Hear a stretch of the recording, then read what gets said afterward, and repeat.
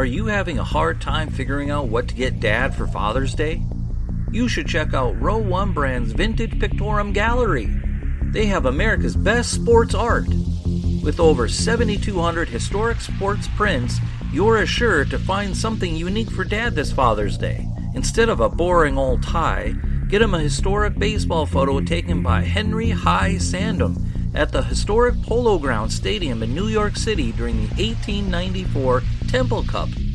Or, if he's an NFL buff, check out the 1963 vintage NFL poster. These are so good looking that you'll be amazed how they turn out. Shop now at sportshistorynetwork.com/row1 and save 15% off your order.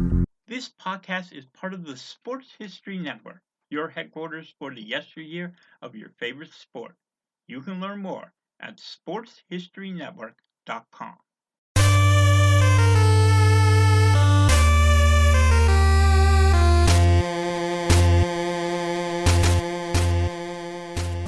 It's time for Lombardi Memories, a show that takes you back in time, into January or February, to the greatest one-day spectacle in all of sports. This is the podcast that happens maybe every other Tuesday, maybe not. It depends, but usually it's every other Tuesday. In this case, 3 Tuesdays. And this podcast looks back at each and every one of the 50-plus Super Bowls, tells the story of who won and why.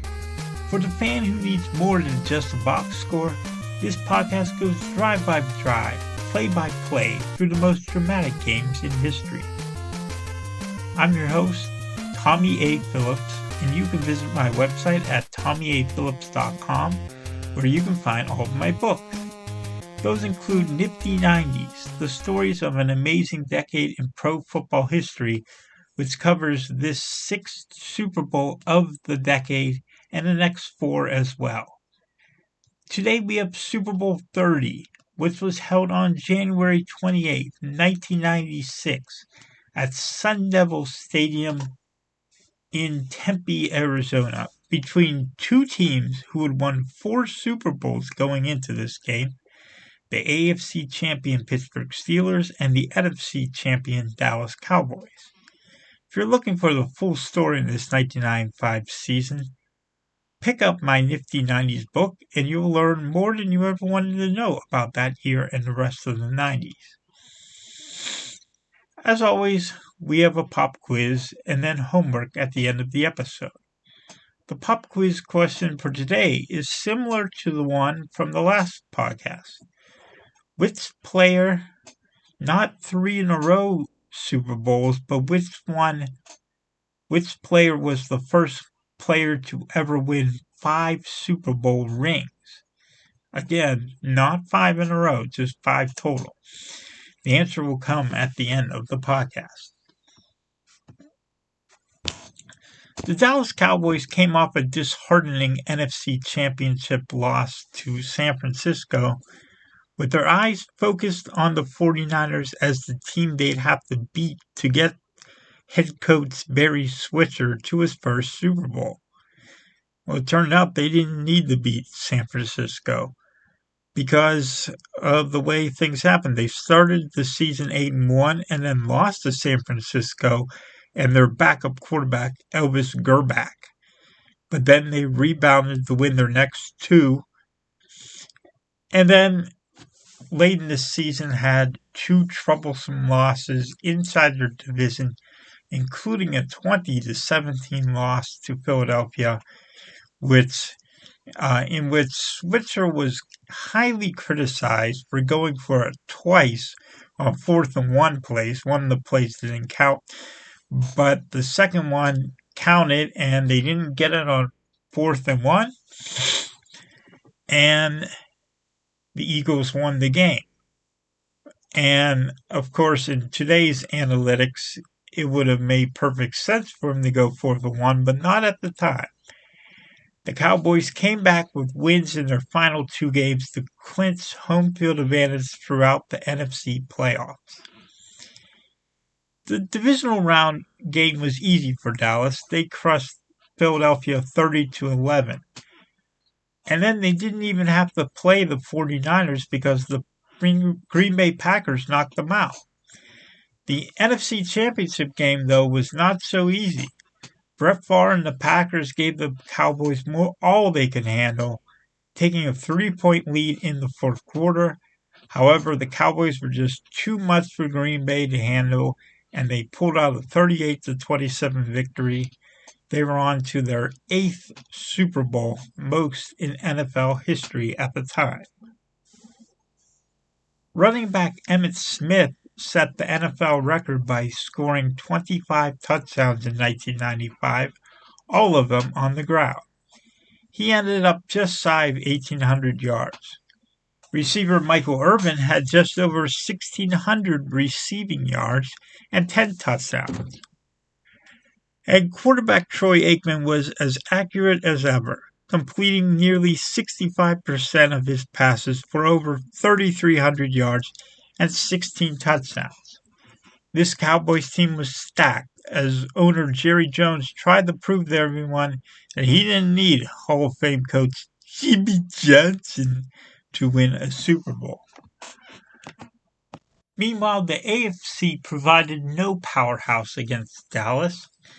The team with the best regular season record in the AFC, Kansas City, promptly lost their first playoff game to wildcard Indianapolis on a missed field goal in a 10-7 loss. Actually, 3 missed field goals.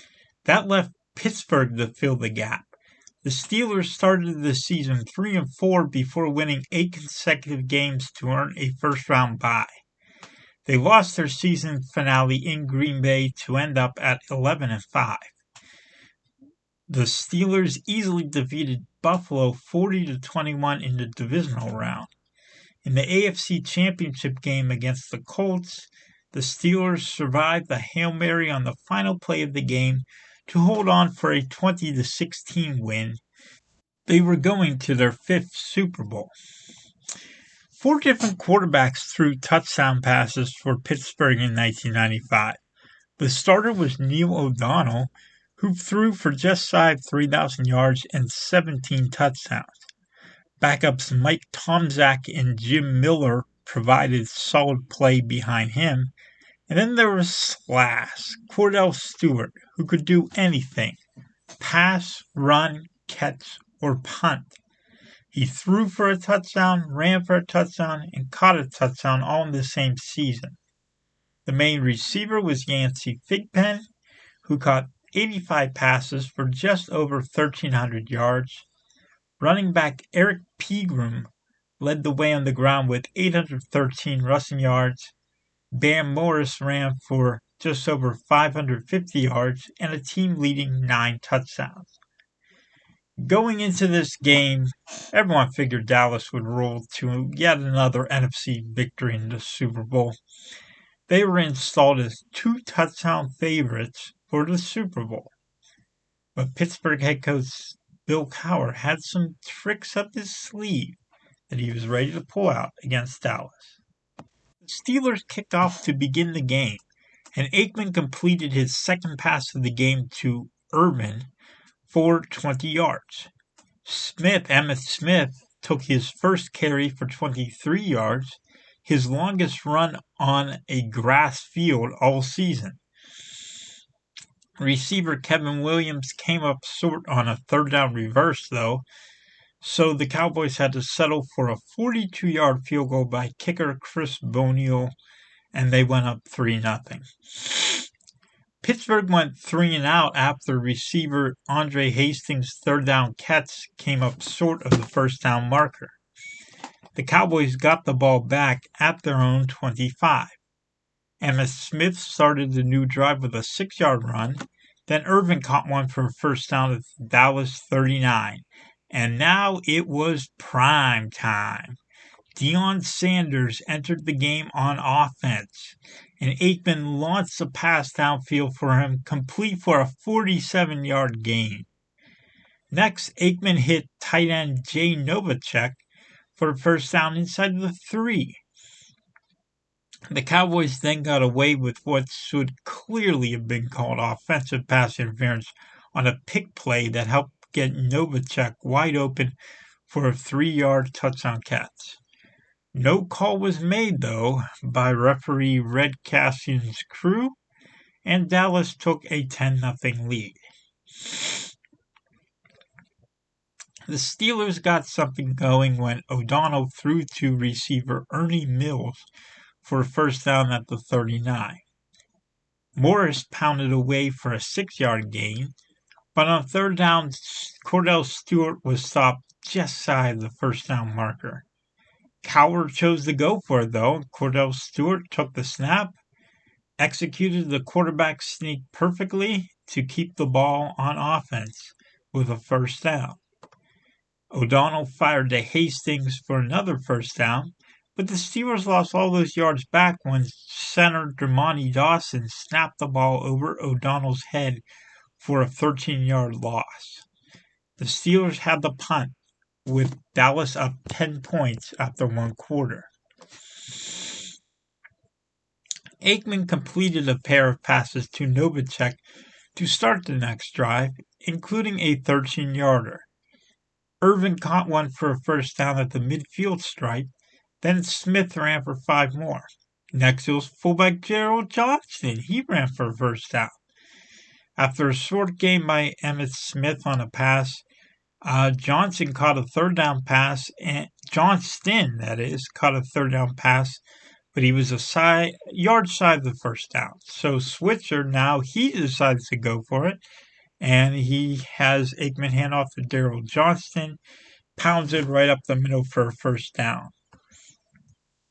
Then on the very next play, Aikman threw an apparent touchdown pass to Michael Irvin, only to have it come back on an offensive pass interference call on Irvin for pushing off.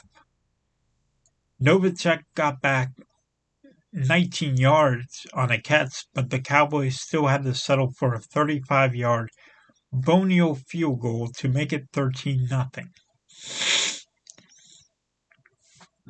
The teams exchanged punts, but the Steelers managed to flip field position, and they started their next drive at the 47.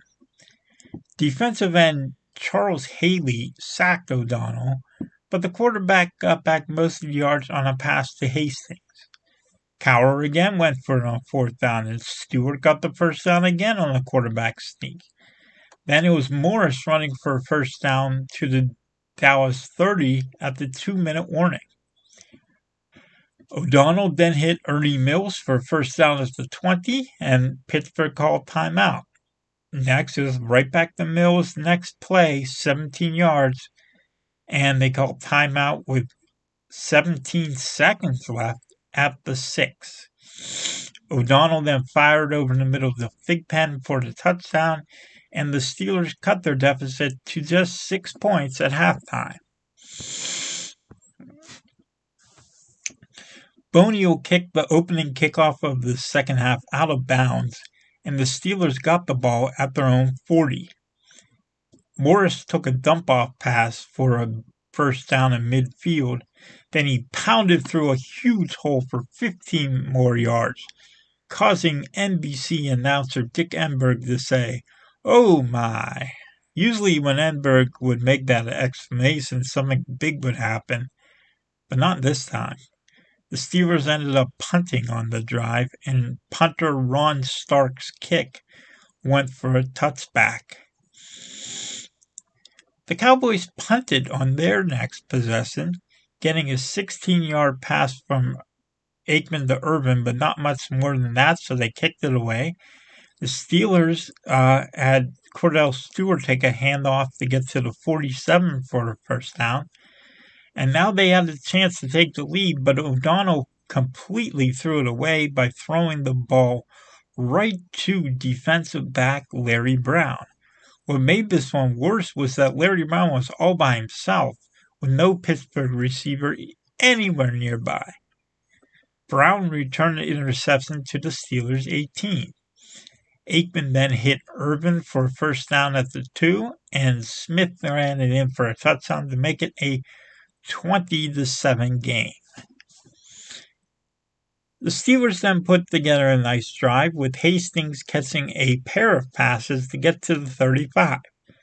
Mills hauled one in for 8 yards, but then the Steelers faced 4th down again. Cowher went for it again. This time he called for a run by Morris. It was too predictable, and the Cowboys snuffed it out and stuffed them for a loss to turn it over on down. Dallas went 3 and out, and the Steelers started to build up some momentum. O'Donnell threw a 12-yard pass to Mills. Then Morris ran for about 5 more yards to finish up this third quarter.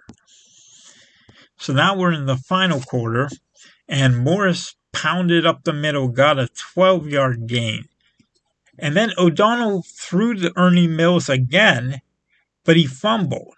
But this time, tight end Mark Bruner fell on top of the fumble, and it was a first down for Pittsburgh. Mills hauled in yet another catch just shy of the first down, and then Thigpen caught a pass for a first down at the 21. The Steelers may have had a chance at a touchdown, but Charles Haley of the Cowboys came up with a clutch third down sack. That pushed the Steelers back to the edge of field goal range. Kicker Norm Johnson was accurate, though, and he nailed the 46-yard field goal to cut the deficit to just 10 points. That's when Cowher pulled off one of the greatest sneak attacks in Super Bowl history. He went with an onside kick, which Norm Johnson perfectly pulled off. Defensive back Dion Figures recovered the onside kick down the right sideline at his own 47. The Steelers were back in the game. Momentum completely swung in Pittsburgh's favor as Hastings made 2 catches for first downs to get it down to the 29. Mills caught one, but then he got hurt, so he was out of the game. Bam Morris ran the ball twice for first down, and then O'Donnell hit Thigpen for a first down at the 5. So then on the next 3 plays in a row, O'Donnell just handed off to Bam Morris. And on the third one of them, Morris just walked right into the end zone for a 1-yard touchdown. Suddenly the Steelers trailed by only 3, 20-17. Linebacker Levon Kirkland sacked Aikman, and the sputtering Dallas offense gave the ball back to Steelers on a punt. But just 2 plays into the new drive, O'Donnell completely threw the game away by passing it to Larry Brown once again. Just like the last one, there was no Pittsburgh receiver in the area. Brown ran it back all the way to the Pittsburgh 5. Smith pounded it in for a touchdown 2 plays later, and the Cowboys took an insurmountable 10-point lead with less than 4 minutes left. After the 2-minute warning, the Steelers got down to the Dallas 40 before O'Donnell threw 4 straight incompletions to completely end their chances. On the final play of the game, O'Donnell threw one last interception for good measure to defensive back Brock Marion, and the Cowboys came away with their 3rd Super Bowl championship in 4 years. Larry Brown was named Super Bowl MVP for his 2 interceptions that completely changed the game. It's hard to say if there is any other Dallas player even in the running for the award. Sure, Emmitt Smith ran for 2 touchdowns, but he had only 49 rushing yards. Aikman was accurate, yet he had only 209 yards and just 1 touchdown pass. Perhaps the second best player in the Cowboys was Charles Haley, who made life miserable for O'Donnell. Haley won his 3rd Super Bowl ring with the Cowboys to go with the 2 he had won with San Francisco. That made him the first player in NFL history to win 5 Super Bowl rings. Of course, the recently retired Tom Brady blew that record out of the water, but that is the answer to today's pop quiz question. It was Charles Haley. The best player from this game you've never heard of is Dallas defensive tackle Chad Hennings. He was officially credited with 2 sacks in this game, and alongside Charles Haley and Tony Tolbert, he helped lead the Cowboys' defense to 4 total sacks. The biggest play of this game, well, that's obvious. Neil O'Donnell throwing that interception to Larry Brown on the drive when the Steelers were trailing only 20-17. If O'Donnell could have avoided the turnover, the Steelers may have pulled off one of the biggest upsets in Super Bowl history.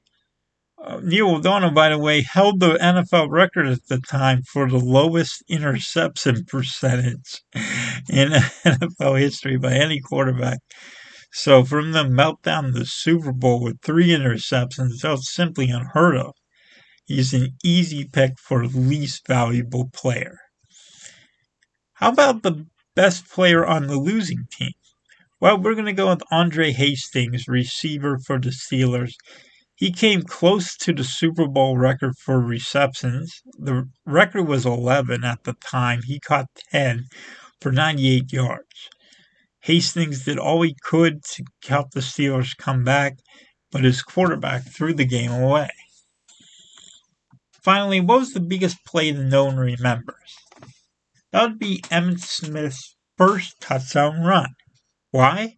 Because it looked like on the replays that Emmitt Smith did not get in to the end zone. Paul McGuire, one of the NBC announcers, vehemently disagreed with the call, but the officials gave him the touchdown. There was no instant replay at that time in the NFL. What would have happened if the Cowboys had been unable to punch it in there? Well, that's a question we'll never know the answer to. For this week's homework, it's easy. I'm going with a book called Greatest Team Ever by Ron St. Angelo and Norm Hitches. This book looks into the reasons why the 5-year span of Cowboys history from 1991 to 1995 was the best 5-year stretch of any team in NFL history. It's hard to argue otherwise after seeing the statistics. Plus, the book has a foreword by Pat Summerall and an afterword by Roger Staubach. Seriously, it's about as good as you could possibly do in getting a foreword for your book, so much that Roger Staubach is relegated to just the afterword because your foreword's by Pat Summerall. That's a writer's dream right there. Next time, though, we'll talk about my favorite team ever, the 1996 Green Bay Packers. Can they win Super Bowl 31 over the New England Patriots for their first NFL championship since 1967? The 25-year anniversary of this game just happened recently. Next time we meet, I'll be talking about Brett Favre, Reggie White, Leroy Butler, Antonio Freeman, and Desmond Howard. It's sure to be a fun episode. It is probably going to be 3 weeks from now, not 2 weeks, because I'm obsessed with the Olympics, and that is all I will be doing for the next 2.5 weeks is watching the Olympics, which will be less than 2 weeks by the time this comes out. But in the meantime, you can find all my books at TommyAPhillips.com. Until next time, so long.